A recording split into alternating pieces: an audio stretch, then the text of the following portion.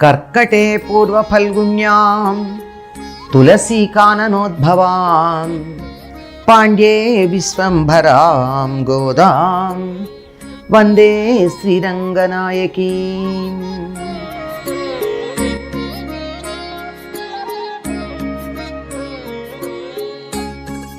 நோத்துச்சுவரக்கம் புகுகின்றம்மனாய் மாத்தமும் தாராரோ வாசல் திஷவாதார் நாத்தத்துளாய் முடிநாராயணன் நம்மால் போத்தப்பழை தரும் புண்ணிய நாள் பண்டொரு நாள் கூத்தத்தின் வாய் வீழந்த கும்பகர்ணனும் தோத்துமுனக்கே பெருந்துயில் தான் தந்தானோ ஆத்த அனந்தலுடையாய் அருங்கலமே తెత్తమాయి వందు తిజవేలోరెంబావాయ్. పదవనాటి ఉదయం బయలుదేరింది గోదాదేవి. కొంతమంది చెల్లుడు ఆవిడ వెంట వచ్చారు. ఒక ఆవిడ రాల. ఆవిడ ఇంటి దగ్గర ఆగి లేపుతున్నారు. నువ్వు సుఖంగా పడుకుని ఆ సుఖాన్ని అనుభవిస్తూ తలుపులు తెరవకుండా ఉన్నావు. ఏం జరుగుతుంది? ఎందుకు తలుపులు తెరవట్లేదు? పైగా నిన్నేం చెప్పావు? నేను ముందు వస్తానని చెప్పావు. వస్తానన్నావు. నువ్వు రాను అంటే నేను పిలవడానికి మేమెందుకు వస్తాం? నీకోసం మేము ఎందుకు ఆగుతాం? వస్తానన్నావు కనుక మేము వచ్చి అడుగుతున్నాం.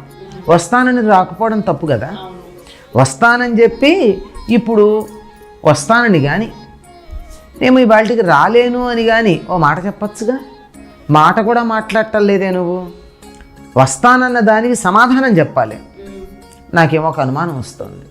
ఏమిటంటే రాముడి బాణాల వల్ల చనిపోయినటువంటి రాక్షసుడు కుంభకర్ణుడు తన నిద్ర నీకు ఇచ్చినట్టున్నాడు. కుంభకర్ణుడిలా పడుకున్నావు. ఇప్పుడు యుద్ధంలో ఏం జరుగుతుందంటే గెలిచినటువంటి వాడికి ఓడిపోయిన వాడు తనకున్న ఆస్తిపాస్తులు, బిరుదాలు, కీర్తి, ప్రతిష్ట అన్న వాళ్ళు అన్నీ ఇచ్చేస్తారు. పూర్వకాలం మనం చూస్తే ఒక రాజు ఇంకొక రాజుని గెలిచినప్పుడు ఆ రాజుగారికి ఉన్న బిరుదాలన్నీ గెలిచిన రాజుకు వచ్చేస్తాయి. ఆయనకున్న ఆస్తిపాస్తులన్నీ వస్తాయి. కుంభకర్ణుడికి ఉన్న ఆస్తి ఏమిటి? నిద్ర. రాముడి దగ్గర ఓడిపోయాడు ఆయన. తను ఓడిపోయినందుకు ఏం చేశాడు? తన నిద్ర అంతా రాముడికి ఇచ్చేశాడు. రాముడికి ఇచ్చాడంటే రాముడు తీసుకున్నాడా? రాముడి పరివారంలో ఉన్న వాళ్ళందరికీ వచ్చింది. అందులో నీ వంతుగా వచ్చింది కుంభకర్ణుడి నిద్ర అనుకుంటాను. ఇక్కడ కూడా రాముడి గురించి తలుచుకుని చెప్పడం ఉంది తప్ప మరొకట్లేదు. చూడండి, అక్కడి నుంచి అంటే ఈవిడ రామ పరివారంలో ఉంది. లేకపోతే రాముడి పక్షాన వచ్చినటువంటి వస్తువుల్లో ఈవిడికోటి ఎందుకు వచ్చింది? ఒకటి ఈవిడికి వచ్చింది అంటే రాముడి పక్షాన ఉన్నట్టే, రామ పరివారంలో ఉన్నట్టే లెక్క. ఎక్కడ అవతల వాళ్ళని దిప్పి పొడిచినా, తప్పు పట్టినా, నిందించినా అందులో కూడా ఒక చిన్న ఘనత, ఒక చిన్న ఓదార్పు, ఒక భుజం మీద బాగానే ఉందిలే అని చెప్పేటటువంటి మాట ఎంత విశేషంగా ఉంటుంది.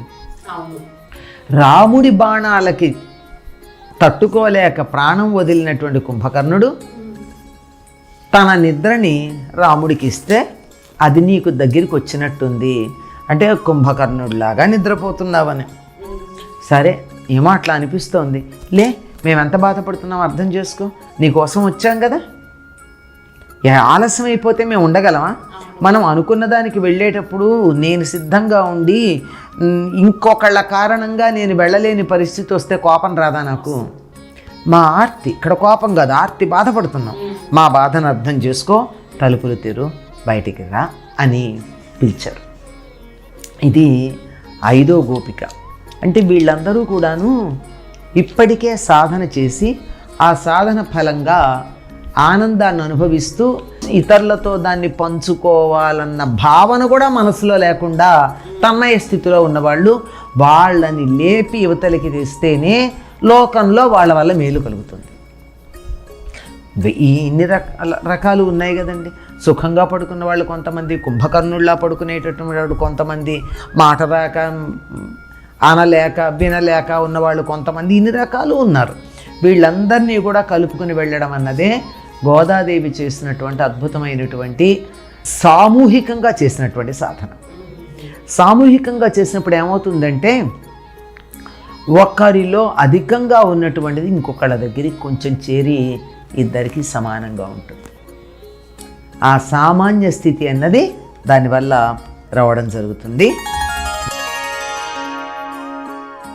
నీళాతుంగస్తనగిరి తటీ సుప్తముద్బోధ్య కృష్ణం పారార్జ్యం స్వం శృతి శతశిరసిద్ధమధ్యాపయంతి స్వోచ్ఛిష్టాయాం సృజినిగళితం యావలాత్కృత్య భుంక్తే గోదా తస్యై నమయిదమిదం భూయ ఏవాస్తు భూయః.